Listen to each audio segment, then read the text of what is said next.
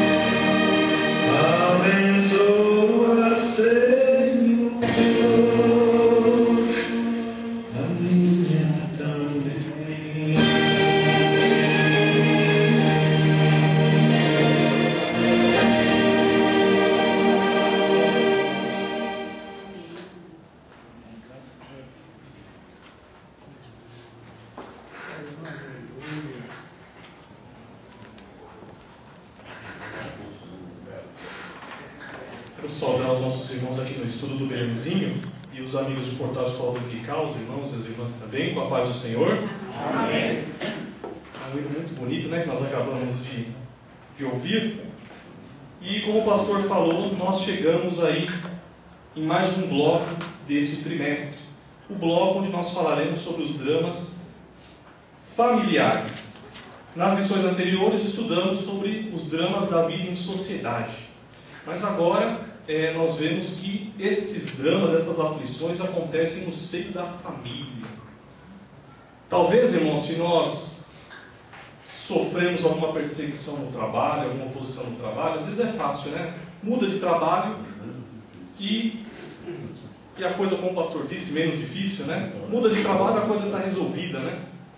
Talvez a oposição, a perseguição espiritual seja na escola, na faculdade. Uma hora o curso acaba e tudo termina. Mas quando a oposição é no lar, tem jeito de mudar de família? Não tem, né? Não temos como mudar de família. Então, essa lição ela se mostra muito importante nos nossos dias, porque como que o crente ele vai agir em decorrência de uma aflição, de uma perseguição no lar? Pois ela ocorre entre os seus familiares. Próximo slide. Quando nós falamos de divisão espiritual no lar, nós vemos aí uma oposição entre dois grupos. O grupo dos que servem a Deus e um grupo dos que não servem a Deus. Quando eu estava meditando um pouquinho no índice do nosso trimestre, talvez se eu fosse um novo convertido e estivesse olhando essas 13 lições, eu ia falar, meu Deus, 14, né? 14 lições, eu ia dizer, acho que eu não quero ser crente não. Mas que quer dizer que se eu virar crente, eu vou ter aflições, eu vou passar por enfermidade, eu vou passar por morte, eu vou passar por violência social, eu vou passar pela aflição da viuvez, da solidão, e ainda por cima, como está na nossa lição de hoje, vou ter um lar dividido. E nos dias de hoje, até o pastor comentou na sua pré-aula, como ele disse aqui anteriormente, ele disse assim que não se fala isso para o novo convertido, né? Fala, olha, tudo vai mudar, a coisa já está diferente, tudo vai ficar bem na sua vida, as coisas vão melhorar, a parte financeira. Mas nós estamos vendo ao decorrer desse trimestre que as aflições, elas sobrevêm ainda de maneira mais impetuosa, mas com uma diferença, que nós não estamos mais sozinhos, que nós temos um Deus que vai nos ajudar, que vai nos guiar e que tem algo reservado para aqueles que o servem. Aleluia. E talvez, irmãos, na lição de amanhã, os professores também vão notar isso, talvez possa se pensar o seguinte, olha, essa lição então é só para quem está vivendo um jugo desigual no lar. Eu não tenho esse problema, eu sou bem casado, tenho minha esposa, ou eu tenho meu esposo, e não sofro sobre esse problema. Mas, irmãos, essa lição é muito importante para todos nós. Porque, se nós hoje estamos vivendo uma situação cômoda no nosso lar, no sentido de intimidade, no sentido de comunhão, no sentido de prática da mesma fé, mas será que isso nós podemos dizer que amanhã não sofreremos um jugo desigual no lar? Será que, devido à apostasia, ao desvio espiritual, um dos cônjuges não possa virar um opositor da nossa fé? Isso é possível. Talvez alguns jovens possam perguntar, mas eu não sou nem casado ainda, vou ficar me preocupando com o jugo desigual, com aflição, com oposição no lar? Mas é justamente nessa hora, quando você vai escolher o seu esposo, quando você vai escolher a sua esposa, que você deve observar muito bem com quem você está querendo se casar, com quem você está querendo formar uma família. Então essa lição vai ser muito importante para quem aceitou a Cristo e o seu esposo ou sua esposa ainda não aceitou o Evangelho, mas também por aqueles que já são casados nos dias de hoje e por aqueles que ainda vão se casar também. A família, ela é um grupo que foi criado por Deus. Quer ver? Vamos ler lá, irmãos? Gênesis capítulo 2, versículo 18. Por favor, Gênesis capítulo 2, versículos 18. E disse o Senhor Deus, não é bom que o homem esteja só. Far-lhe-ei uma adjutora que esteja como diante dele. Havendo, pois, o Senhor formado a terra, todo animal do campo e toda a ave. Só 18, não, tá ótimo. Só 18 está ótimo. Então, não é bom que o homem viva só. Talvez ali Adão nem tenha percebido que ele estava sozinho ainda. Mas o Senhor, como Ele conhece as nossas necessidades, como Ele supre as nossas necessidades, percebeu que não seria bom que Adão ficasse sozinho.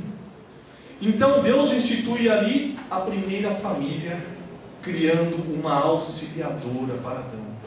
Este, irmãos, era o projeto e é o projeto inicial de Deus. Mas nem tudo continuou dessa forma. Próximo slide.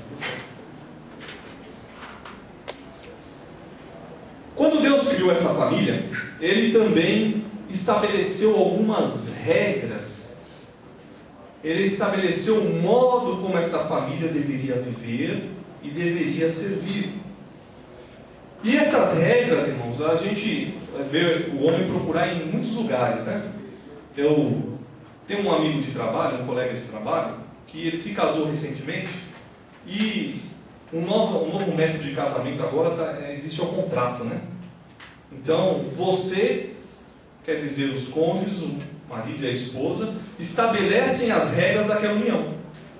Então, esse meu colega, eles nesse contrato estabeleceram ali a porcentagem que cada um tinha do apartamento, a porcentagem que cada um tinha do carro, e nesse contrato se estabeleceu que se alguma coisa não desse certo, né, como seria essa separação.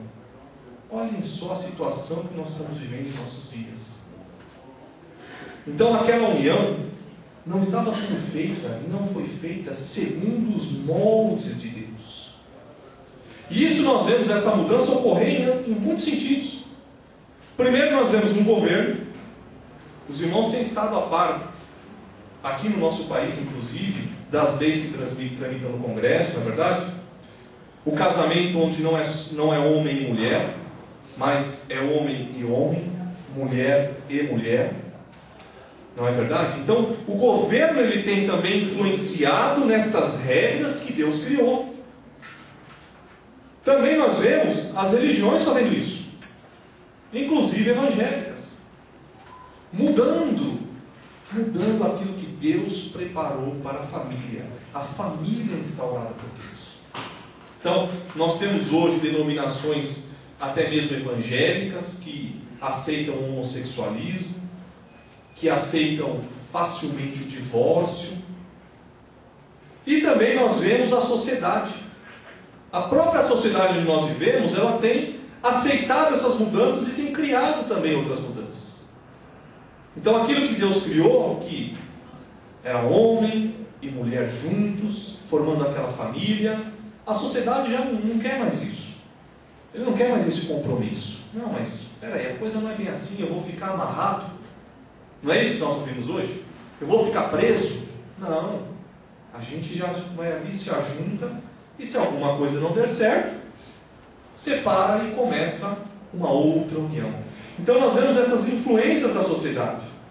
E como a família ela foi instituída por Deus, é necessário a existência da família para que nós tenhamos a comunhão com Deus. Vamos ler lá, Gênesis também, capítulo 1, versículo 28. E Deus os abençoou, e Deus lhes disse: frutificai e multiplicai-vos, e enchei a terra, e sujeitai-a, e dominai sobre os peixes do mar, e sobre as árvores do céu, e sobre todo animal que se move sobre a terra. E disse Deus: eis que vos tenho dado toda a erva que dá semente, que está sobre a face de toda a terra. Até aí está bom. Este é o propósito de Deus. Que se eles fossem fecundos, que eles se multiplicassem, que eles enchessem a terra, sujeitassem, dominassem sobre os animais, sobre os peixes. Os irmãos vejam que quando Deus os abençoou, eles estavam em família. A bênção de Deus, ela vem sobre a família. Portanto, nós que conhecemos o Evangelho, não podemos tratar a família de qualquer forma, como se fosse uma coisa pequena. A família é o projeto de Deus, é o propósito de Deus, e é ali na família que Deus opera a sua bênção. Próximo slide, querido. Então a família é o ambiente onde Deus escolheu para ele ter intimidade com o homem. Vamos ler bastantes versículos hoje. Vamos lá em Gênesis capítulo 3, versículo 8. E ouviram a voz do Senhor Deus, que passeava no jardim pela viração do dia. Escondeu-se Adão e sua mulher da presença do Senhor entre as árvores do jardim. E chamou o Senhor. Até aí, querido. Onde eles ouviram a voz de Deus? Eles estavam no jardim, não é? Mas eles estavam em família. Quando a família está segundo o propósito de Deus, elas ouvem a voz de Deus. Por isso, irmãos, a importância da família na sociedade e no planeta e na terra onde nós vivemos. Não é algo banalizado, é algo comum como se tem hoje falado muito, tanto pela sociedade e até mesmo por algumas igrejas. E a família, ela se reúne, ela vive em um local, né, chamado de lar. Eu achei interessante que o pastor colocou no seu esboço, os irmãos devem até ter lido, né, que lar é uma palavra, né, de origem latina, né, pastor? De origem latina. Então, se nós procurarmos na Bíblia lar, nós vamos encontrar, né, a palavra lar. Mas é de origem latina. E de onde se originou essa palavra, né? Lá nas casas romanas, né, nas famílias romanas, existia-se um costume de que tinham um cômodo da casa que ele era reservado, né, onde esse cômodo as pessoas adoravam os seus antepassados. E nesse cômodo só poderiam entrar os familiares. O que nós estamos ressaltando aqui não é sobre a adoração dos antepassados, mas sobre esse lugar reservado para a família. E o pastor também comentou na sua pré-aula, né, uma diferença que eu já vi muitas vezes, mas não tinha, né, reparado nesse sentido. Né? Em toda língua que nós formos verificar, nós vamos encontrar diferença entre o lar, que é onde existe a comunhão com a família, onde é reservado para a família, e a casa, onde é simplesmente ali o alicerce, as paredes, o teto, o telhado. Isso é uma diferença. E foi comentado até sobre o inglês, né? Em inglês nós temos mais contato. House e home, né? Quando nós vemos aí em documentários e um americano falando, né? Quando ele fala home, ele até diz, né? Enche até a voz, ele fala my home. Home sweet home. Home sweet home, né? Ainda mais profundo, né, irmão? E lá não é Lar assim, doce lar. é homeless. Homeless, sem lar, né? Sem lar. Por quê? O lar, ele tem um significado maior do que simplesmente a casa. Porque é ali no lar onde tem intimidade, é ali no lar onde você promove o amor, é ali no lar onde você tem a união com os seus entes queridos, né? Então, mostra ali o que é essa ligação espiritual que existe entre os membros da família. E quão difícil é, irmãos, quando essa ligação espiritual não é focada no mesmo Deus. Aí não existe ligação, né? É isso que nós vamos ver na lição de hoje. Próximo slide, por favor. Agora, nós falamos sobre o propósito inicial de Deus, a família que Deus criou. Agora, novamente, nós vamos falar sobre algo que mudou estes propósitos, pelo menos momentaneamente, né? Que é o pecado. Então, os lares hoje onde nós vivemos, que estão desfeitos, que estão sofrendo oposição, que os entes queridos não mais se amam, né? Que há uma verdadeira guerra familiar muitas vezes, e em grande parte originada pela oposição à obra de Deus, nós vemos que com o pecado ela mudou, né? Nós já lemos lá vamos ler dois textos, irmãos, Gênesis 2:23 e logo depois Gênesis 3:12, que nós vamos ver essa mudança, né? Ele disse a Adão: esta é agora osso dos meus ossos e carne da minha carne. Esta será chamada varoa, porquanto do varão foi tomada. 3:12. Então disse Adão. Então disse Adão à mulher que me veste por companheira, ela me deu da árvore e comi. Aqui está aparecendo a diferença, né, do namoro e dos 10 anos de casado, né, irmãos? Então, ali, no ambiente propício criado por Deus, no ambiente onde havia comunhão com Deus, Adão olha, esta afinal é ossos dos meus ossos e carne da minha carne, de boca cheia, alegre. Mas depois do pecado, ó, ela que me deu da árvore, ela que é a culpada, foi por culpa dela. Irmãos, nós vemos claramente a mudança da influência do pecado na família. Porque quando a família não é espiritualmente unida, nós vemos justamente isso acontecer. É a caça aos culpados. A caça aos culpados. Eu não olho mais o que eu poderia fazer para a coisa melhorar, mas eu olho, não, foi ela quem fez, foi ele quem fez. A culpa é dele, eu não tive culpa nenhuma.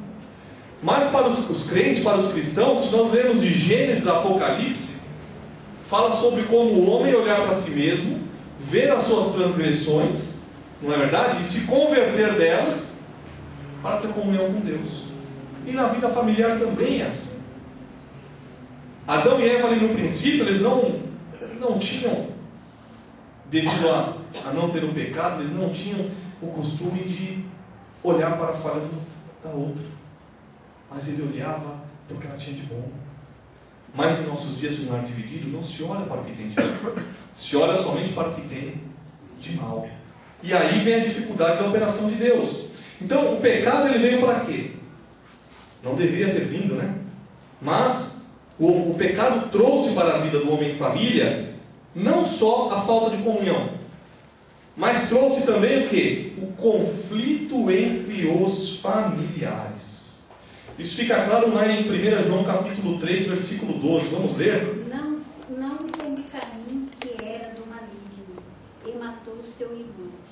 E porque causou a morte, porque as suas obras eram más, as de seu irmão justas. Caim e Abel. Quando nós meditamos em Caim e Abel, fica claro aquilo que nós falamos no começo, né? Porque embora hoje não tenhamos um lar dividido espiritualmente, se houver um desvio espiritual, esse lar pode passar a ser dividido. Por quê? Porque Caim e Abel, ambos foram ensinados. Ambos sabiam da existência de um Deus. Mas um seguiu para um caminho e outro seguiu para o outro. A própria palavra fala, né? Que Abel era justo e Caim era do maligno. Pode falar, meu querido. Antes do pecado, é meu bem, meu bem, meu bem. Depois do pecado, é teus bens, teus bens. Bom trocadilho, né? Hoje ele é o mestre da Ele é o mestre, né, da situação. Né? O irmão Nenê, né, sabe muito bem do assunto que nós estamos tratando hoje. Verdade. Então, irmãos, o pecado trouxe este amargo resquício, né, sobre a família, que é a oposição ou conflito familiar. É claro, irmãos, quando nós falamos sobre conflito, tem um detalhe importante aí, viu? Porque também nós vemos muito dizer, olha, mas isso está acontecendo porque é a oposição da obra de Deus. Mas na verdade quem está falando isso, ele que é o causador do conflito. Né? Isso nós temos que meditar também. Porque para o conflito ser uma oposição à obra de Deus, né, primeiro, nós temos que estar praticando a obra de Deus sabiamente, cumprindo os nossos compromissos familiares, né? Tudo que nós vamos ver daqui a pouquinho, né, no decorrer da lição. Mas há uma desculpa também nesse sentido, né? Tudo é culpa da oposição, mas será que tudo é culpa da oposição? Será que tudo é culpa da oposição à obra de Deus mesmo? Né? Isso é algo que nós devemos refletir. Próximo slide. Então, talvez podemos pensar, olha, mas aceitei a Jesus, sou crente, servo de Deus, salvo, remido no sangue de Cristo, mas por que isso acontece? Por que eu estou sofrendo essa oposição? Não deveria estar tudo bem? Mas não, a oposição ao justo, ela é predita na palavra de Deus. Vamos ler lá em Mateus capítulo 10, versículo 36. E assim os inimigos do homem serão seus familiares. Por que serão seus familiares? Por que os inimigos do homem serão seus familiares? Então isso já estava predito que haveria esta oposição. A oposição ocorre, irmãos, por quê? Porque cada um está seguindo um caminho diferente do outro. Cada um tem um objetivo diferente do outro. Então Jesus já alertava o seu povo que mesmo no meio da sua família existiria a perseguição e a oposição. E o mundo, ele combate contra a igreja. Se o mundo combate contra a igreja, por que não a família que não professa da mesma fé também não iria combater? Então Jesus já alertava o seu povo: olha, se prepare, que os inimigos serão os da sua casa, serão os inimigos do seu próprio lar, aqueles que vão combater contra ti. E nós temos que estar preparados para esse combate. Como que nós devemos agir mediante esse combate? Nossa slide. E quando nós meditamos um pouquinho no Antigo Testamento, nós falamos um pouquinho também dos filhos, né? Então, o lar só não é marido e esposa. O lar é marido, esposa e os filhos, é o que formam a família, né? E nós vemos aí, depois da morte de Abel, né, foi preparado um substituto, né? Vamos ler lá em Gênesis capítulo 4, versículos 25 e 26. Vamos ler os dois. E tornou Adão a conhecer a sua mulher, e ela teve um filho, e chamou seu nome Sete, porque disse ela: Deus me deu outra semente em lugar de Abel, porquanto Caim o matou. E a Sete mesmo também nasceu um filho, e o chamou o seu nome Enos. Então se começou a invocar o nome do Senhor. Analisemos só esses versículos, irmãos. Ali, os pais perdem um filho, Abel, e o Senhor concede um novo filho. E esse novo filho segue o caminho correto. Começa a ensinar os passos de como a sua família deveria seguir na terra para ter a bênção de Deus. Então a Bíblia nos diz que Enos invoca o nome do Senhor. Irmãos, para nós protegermos a nossa família contra a divisão espiritual no lar, é necessário que invoquemos o nome do Senhor. Não existe fórmula feita. Não existe ali uma cartilha que você siga: olha, eu preciso fazer isso, que tudo vai dar certo. É necessário invocar o nome de Deus.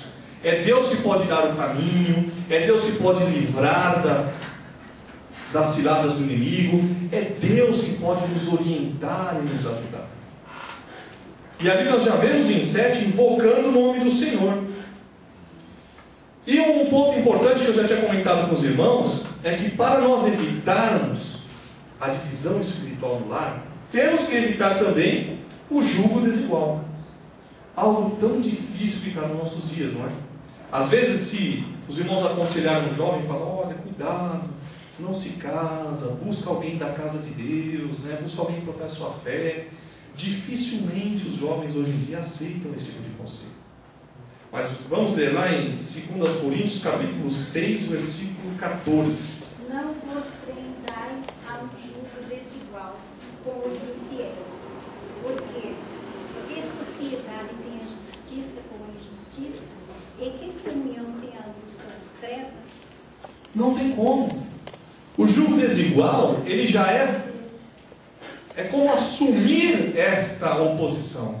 É como se o jovem ali que está se casando dissesse: olha, eu quero isso mesmo. Não importa que vai haver oposição. Então não se deve prender a um jugo desigual, porque fatalmente vai haver conflito e vai haver oposição no lar. Lá em Provérbios 22:6 diz assim, instrui o menino no caminho que deve andar, e até quando envelhecer não se desviará dele. Mas olha só, como que aqui Salomão dá essa certeza tão grande de que não se desviará dele? Como que ele pode ter essa certeza? Será que em nossos dias nós podemos afirmar com tanta certeza? Depende. Se tivessem instruído a criança. Nós temos um exemplo bíblico muito interessante, que está inclusive na leitura diária. Vamos ver lá em Atos 16, vamos ver do 1 ao 3 e depois 2 Timóteo 1:5. Nós vamos ver um exemplo claro, que mesmo quando há oposição espiritual no lar, se instruir a criança no caminho que ele deve andar, ela não se esquece. Pode demorar um pouquinho, pode passar um tempo, mas ela vai se lembrar daquilo que foi ensinado.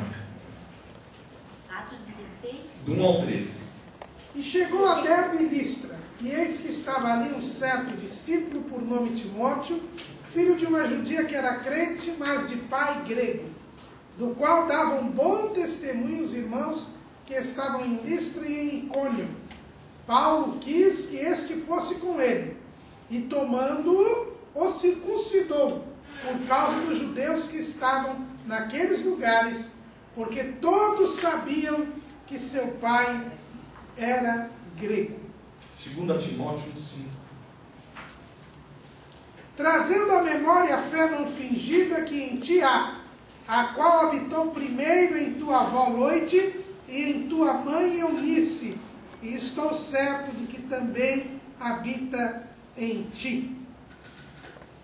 Parece que dá para nós imaginarmos a situação de Eunice, né? Judia, crente, mas casada com grego. E agora?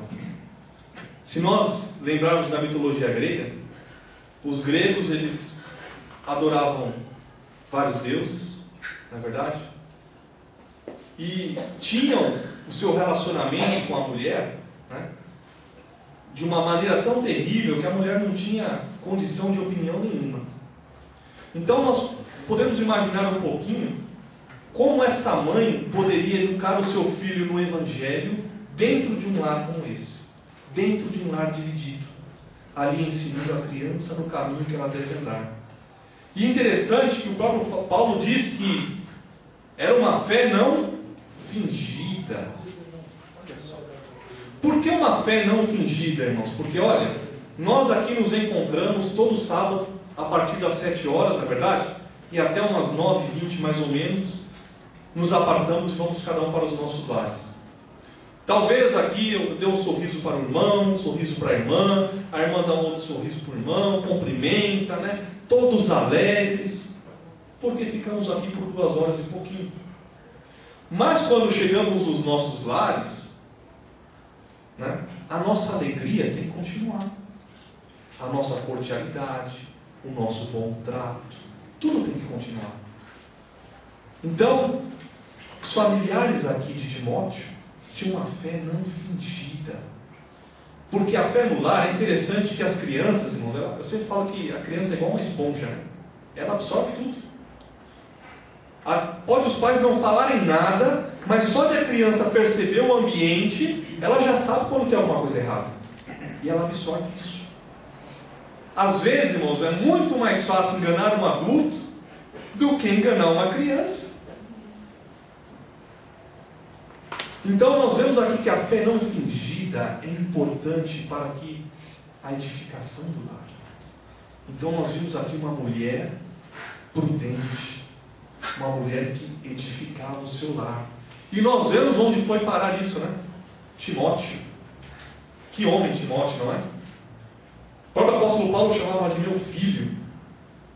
Então vemos que isso tudo foi resultado do aprendizado que ele teve ali da sua mãe.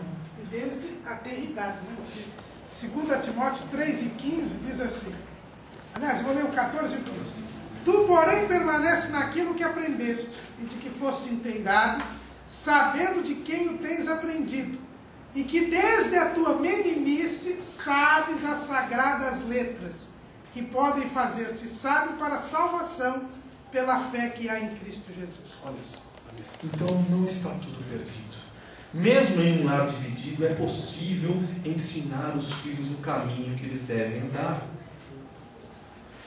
Em nossos dias, sempre fazendo uma reflexão, né, irmãos, para os nossos dias, imagina hoje, né? Um pai descrente e uma mãe crente. O pai, filho, vamos para o estádio de futebol. E a mãe, não, vamos aqui estudar a revista da escola dominical. Né? Imagine a criança nessa divisão. Né? Mas, irmãos, se invocarmos o nome do Senhor, teremos vitória. Porque quando invocamos o nome do Senhor, Deus nos dá o caminho e nos dá a fórmula correta de como nós ensinarmos os nossos filhos no caminho que eles devem andar. Próximo slide. Vamos ler lá Mateus capítulo 10, versículos 34 e 35. Ainda falando só do Timóteo, Pois não, pastor. uma coisa interessante, eu estava falando aqui, pastor, já que a gente estamos em final de Jogos Olímpicos, né? O Timóteo, o pai dele era grego. Né? E tudo indica pelas escrituras que o pai dele queria que Timóteo fosse um atleta, não é? De Olimpíada, porque precisou o apóstolo Paulo dizer assim: olha, o exercício corporal para pouco aproveita. E quando foi ensinar para Timóteo como é que era a vida espiritual, ele diz assim: lembra, né, que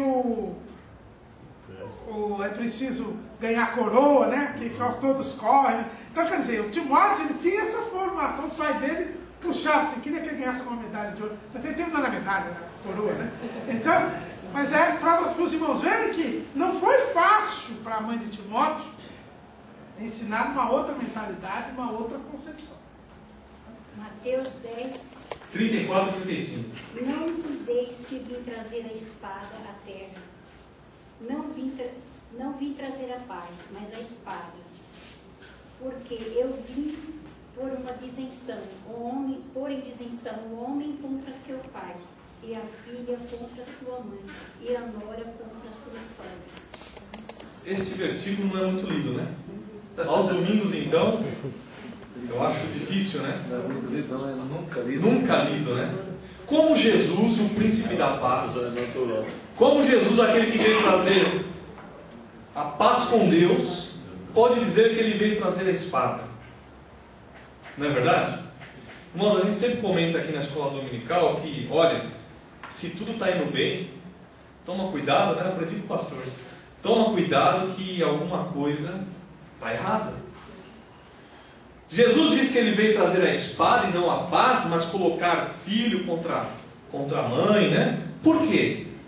Porque haveria oposição espiritual. Porque quando nós somos amigos de Deus, nós somos inimigos do mundo. E se os nossos familiares, mesmo sendo pai, mãe, irmão, tio, tia, não professarem a fé em Cristo, eles são como o mundo.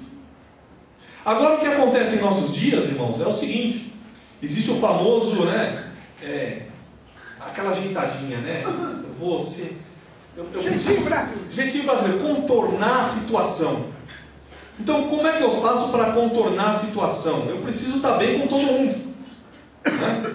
Então, eu sou crente, mas não, calma, a gente não pode, né, ser muito rígido, né? Não pode ser muito radical. Eu tenho que ser maleável. Mas até que ponto essa flexibilidade é aceita por Deus? Até que ponto, para fugir de uma divisão espiritual, nós estamos aceitando qualquer coisa e concordando com qualquer coisa? Então, mais no decorrer dessa lição, nós vamos tocar mais nesse assunto. Vamos ler lá também em João 15, do 18 ao 22.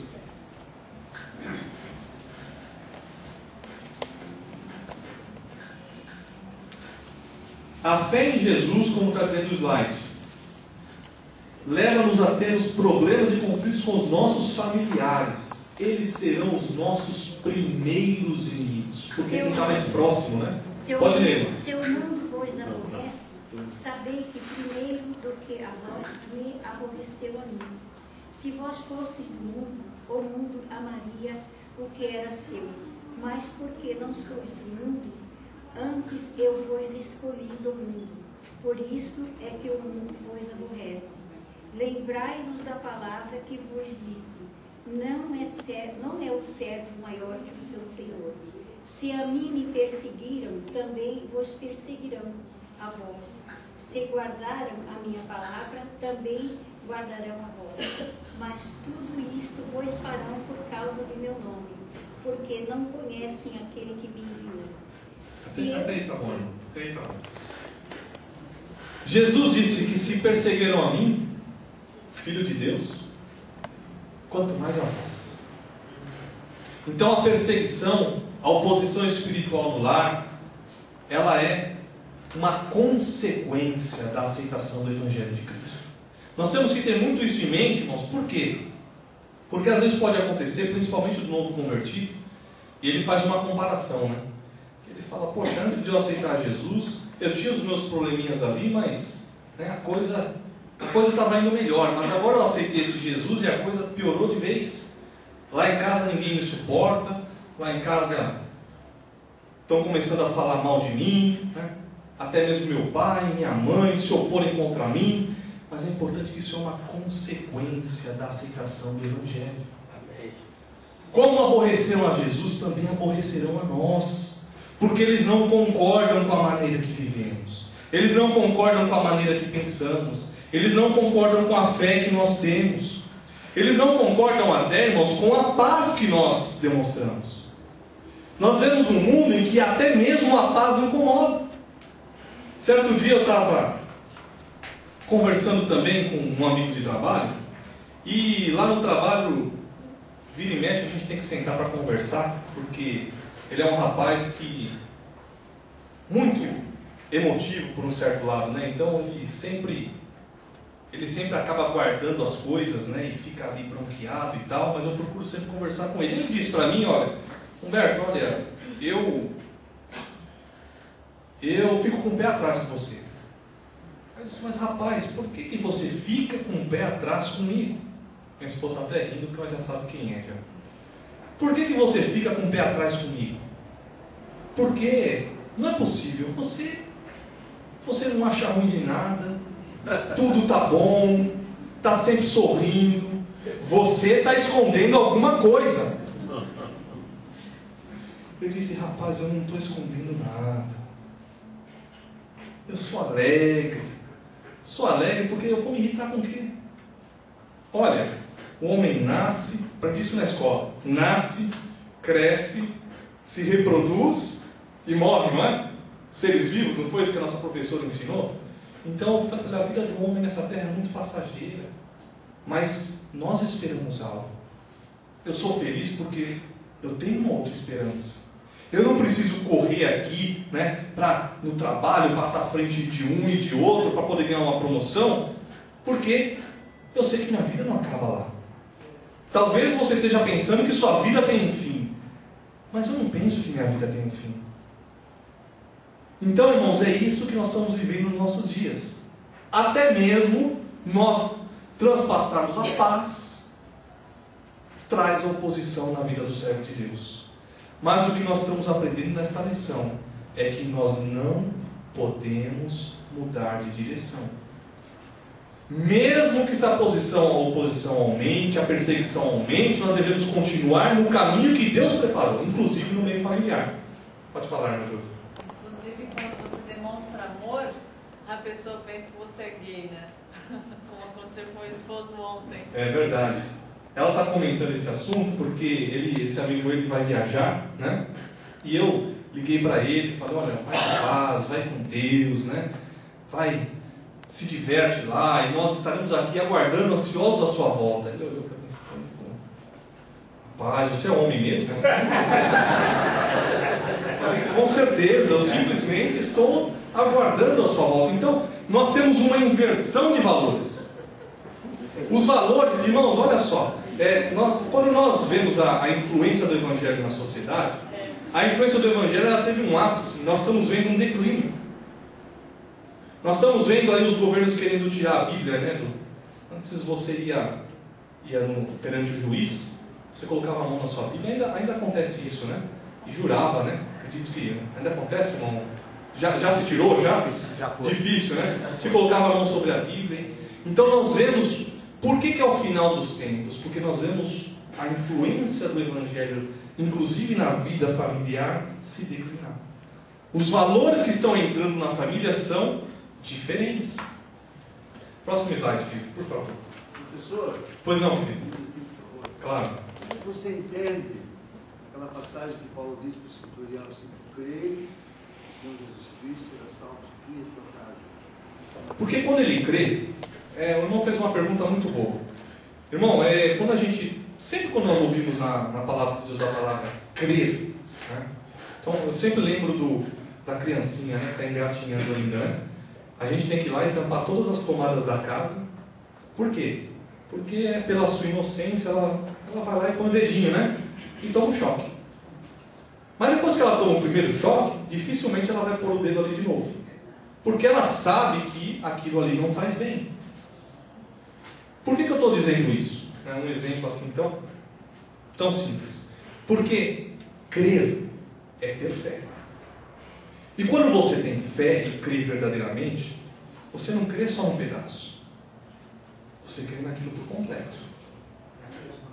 E o centurião, se ele cresce que Jesus é o Filho de Deus, se ele cresce que Jesus veio ao mundo para perdoar os pecados da humanidade, se ele cresce que há uma vida esperando por ele, junto com Cristo, se ele cresce que a Bíblia é a palavra de Deus, se ele cresce em tudo que Jesus deixou, ele passaria a praticar. Esse é o grande detalhe que muitos não entendem no dia de hoje. A fé não fingida é aquela que não importa a situação. Não importa se eu vou ganhar ou não importa se eu vou perder. A minha fé continua inabalável, eu creio. Então as minhas atitudes são uma consequência dessa mesma fé. É nesse sentido que eu entendo essa passagem, né? Porque senão dá uma abertura, né? Não, que se possa acreditar que vai acontecer, tudo vai acontecer e não importa o que eu tenha que fazer ou o que eu estou fazendo.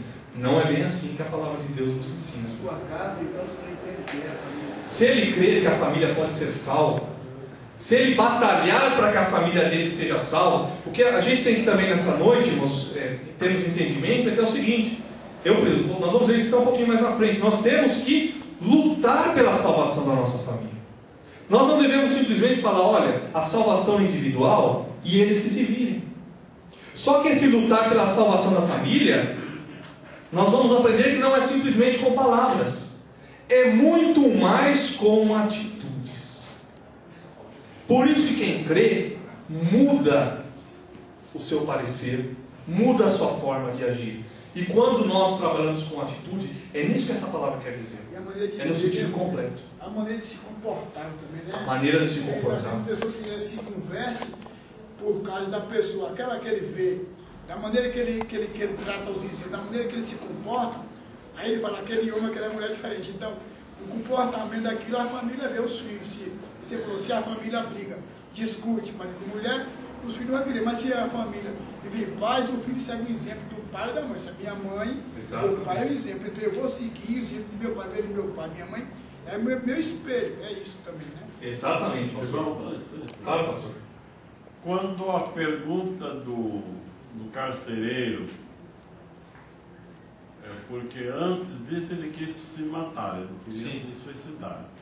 Porque no caso dos presos fugirem, eles seriam severamente punidos pelas autoridades, não só ele, mas a família toda.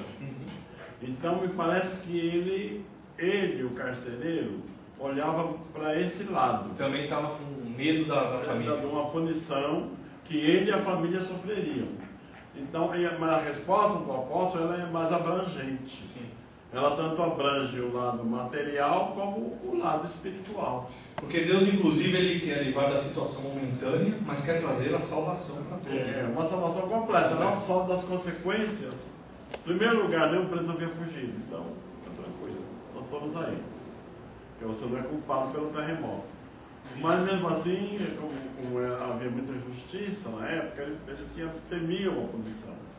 Então o Senhor Jesus te livra, você e a tua casa, desta punição e já abrangendo a sua família também. A salvação em Cristo, o lado espiritual.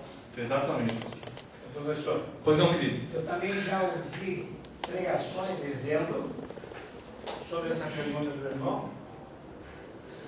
Querido Senhor Jesus, será salvo tu e a tua casa, dizer a tua casa que seria ele, a casa templo dele. Eu já vi essa pergunta. Sim, alguns acabam, né? Mas voltando aqui ao nosso assunto de hoje, né? Irmãos, o próprio Jesus, ele sofreu essa realidade.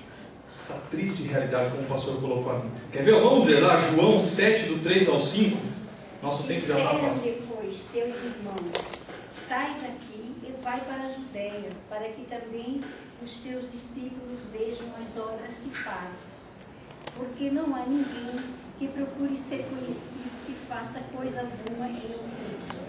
Se fazes estas coisas, manifeste-a ao mundo, pois nem mesmo seus irmãos criam nele.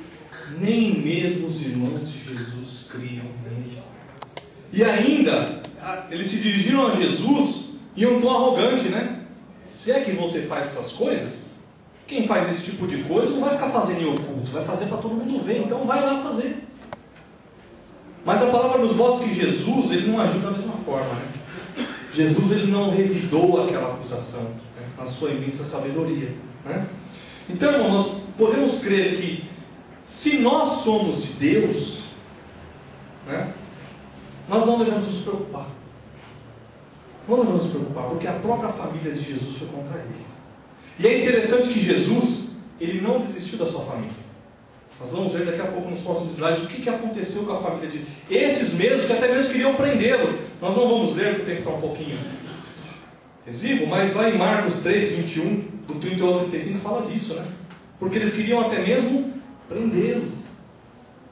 A própria família de Jesus. A própria mãe. A própria mãe. Né? A própria mãe queria prendê-lo. Mas nós devemos olhar justamente para como Jesus agiu nessa situação. O que fez Jesus reverter aquela condição da família dele, que estava contra ele, contra o Evangelho, querendo até mesmo fazer mal para ele. O que Jesus fez para poder reverter aquela situação? Próximo slide, por favor.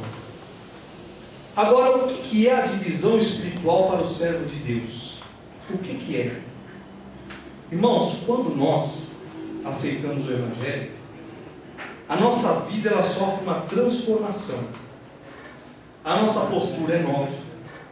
O nosso linguajar é novo. O nosso comportamento é novo. O nosso caráter também é novo. A nossa personalidade é nova. O nosso humor é novo. Tudo é novo. E essa mudança que acontece na nossa vida, em primeira instância, ela nos causa a oposição dos nossos familiares. Mas quando nós mantemos esta posição, nós passamos ao que? A influenciar a nossa família. Lá em 2 Coríntios, capítulo 5, versículo 17. Vamos ler rapidamente, irmãos. Segunda carta aos Coríntios 5, 17. Assim que se alguém está em Cristo, nova criatura é. As coisas velhas já passaram, eis que tudo se fez novo. Nova criatura é. Tudo é novo. É aquela atitude que nós estávamos falando agora há pouco. E quando os nossos familiares se opõem a essas atitudes, esse nosso novo modo de viver, não deve causar em nós indignação. Olha só, eu estou indignado, como é que pode? Não, isso mostra que eles precisam de salvação. Isso mostra que eles precisam de Jesus. Isso mostra que eles precisam experimentar essa comunhão com Deus que nós estamos experimentando. Então, em primeiro lugar, a oposição no lar, essa divisão espiritual, ela é, primeiro, sinal de que nós estamos no caminho certo. O que mais nos traz a divisão espiritual? O que mais ela demonstra? Próximo slide. Pois não. João 15, 21. Sim. Jesus fala que eles fazem isso porque não conhecem aquele que me enviou. Trazer um pouco disso, né? A pessoa tem um conhecimento de Deus, acho, é espiritual e também por conhecimento. E através do que, pegando o gancho do que o irmão falou, como que eles vão conhecer? Através da nossa vida, através do nosso novo modo de agir, eles vão conhecer quem é Jesus. E dessa forma nós vamos começar a ganhar os nossos familiares. Primeiro temos que agir com sabedoria e discernimento para que não haja obras da carne. Olha, irmãos, se nós olharmos para toda a história da igreja, o pastor já contou aqui uma vez, né? Teve uma época que, os irmãos vão se lembrar que o pastor Caramujo já contou, que ele foi comprar se eu não me engano, foi um som, né? Um som para a avó dele, um rádio, né? E naquela época andavam dizendo que o rádio era coisa do diabo, quem tivesse não estava salvo, né? Então ele nem pôde dar o rádio, né, para a avó. E nós vemos na história da igreja algumas coisas que eu já ouvi também, de que teve uma época que teve homens que foram em casa, e porque foi dito, olha, na igreja, televisão é coisa do diabo. Então o homem foi lá no meio da família, tirou a TV da mulher, dos filhos, deu, vendeu, e virou um caos aquela convivência familiar. Para nós ganharmos um lar onde há divisão espiritual, nós devemos ter sabedoria. Irmãos, esta sabedoria não vem dos homens. Essa sabedoria, ela vem de Deus. É a sabedoria que vem do alto. Vamos ler, João 7, 6 e 7.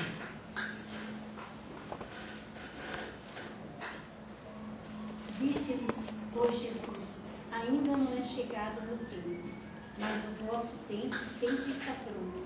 O mundo não vos pode aborrecer, mas ele me aborrece a mim, porquanto dele testifico que as suas obras são más. Jesus agiu com sabedoria. Ele não saiu jogando tudo para o alto. Como é que pode vocês falarem uma coisa desse jeito para mim, não é? E ali fazer aquela situação virar uma confusão. Não. Jesus, ele foi sábio. Ele falou, olha, não é chegado o meu tempo ainda. Com calma, com mansidão. No Antigo Testamento nós vemos um exemplo claro disso. No caso de Davi, quando Davi ele foi buscar uma ajuda aos mantimentos ali com Nabal. Nabal era um homem muito rico, né? Nabal tinha posses, muito gado, né? Então Davi, como Davi tinha ali ajudado, né, e dado guarida a alguns dos moços de Nabal, tratado bem daqueles rapazes, ele achou algo natural, né? Ele estava numa situação, né, sendo ali perseguido ainda, de ir lá buscar uma ajuda com Nabal. Quando ele manda os seus moços buscar essa ajuda com Nabal, Nabal fala, que tem um eu com Davi? E Davi ali se enfureceu naquele momento, né? E comandou ali uma parte dos seus homens para acabar com a casa de Nabal. Mas irmãos, nessa situação de crise surge uma mulher que edifica o lar, Abigail, ao saber dessa situação, ela falou, olha, não, peraí, pediu ali para os seus moços, olha, vão lá, peguem mantimento. Ela mesma foi junto, colocou tudo lá no jumentinho e foi ao encontro de Davi, que já estava vindo para destruir a casa de Nabal.